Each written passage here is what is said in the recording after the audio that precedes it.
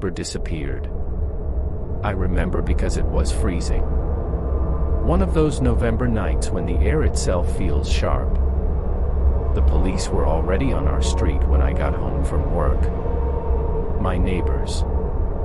Blue lights danced against the bare trees, and an officer waved me around the cul-de-sac. I didn't know Mrs. Oliver well, just enough to say hello when she watered her plants.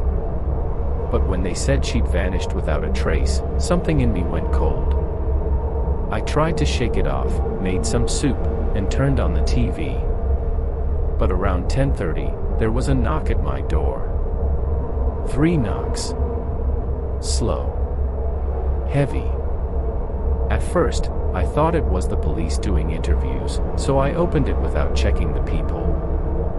But there was no one there. Just the porch light buzzing and the wind pushing at the hedges. I told myself it was kids. Or maybe the wind had knocked something over. I locked the door and went back to the couch. At 11:15 p.m., it came again. 3 knocks. The same rhythm. "All right, cut it out," I shouted, standing up this time. "Not funny." Nothing. I grabbed the flashlight from the kitchen drawer and opened the door a crack. Again, no one.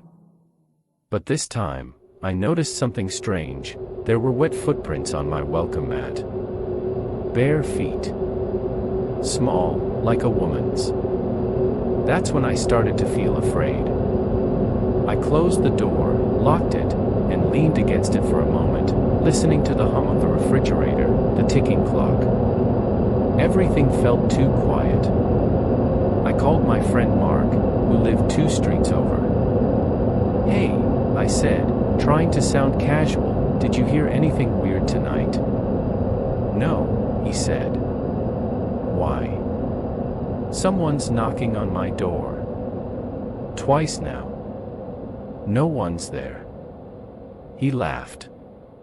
"Probably some neighborhood prank. You watch too many horror movies." "Yeah," I said, though my voice didn't sound like mine. He offered to come by, but I told him not to bother. I hung up, checked the locks again, and went to bed. I must have fallen asleep around midnight, because I woke to a sound that made my stomach twist. Knock. Knock. Knock. It was softer this time, almost polite. I sat up, my heart hammering. The sound wasn't coming from the front door anymore. It was coming from my bedroom window. I didn't move. Didn't breathe. Then a voice whispered through the glass. "Please. Let me in. It's so cold." It sounded like a woman. Her voice was trembling. I swallowed hard and reached for my phone with shaking hands. "Who is this?" I said, my voice barely audible. "Please," she whispered again. He locked me out. I turned on the flashlight and, against every instinct I had, pulled back the curtain just enough to see outside.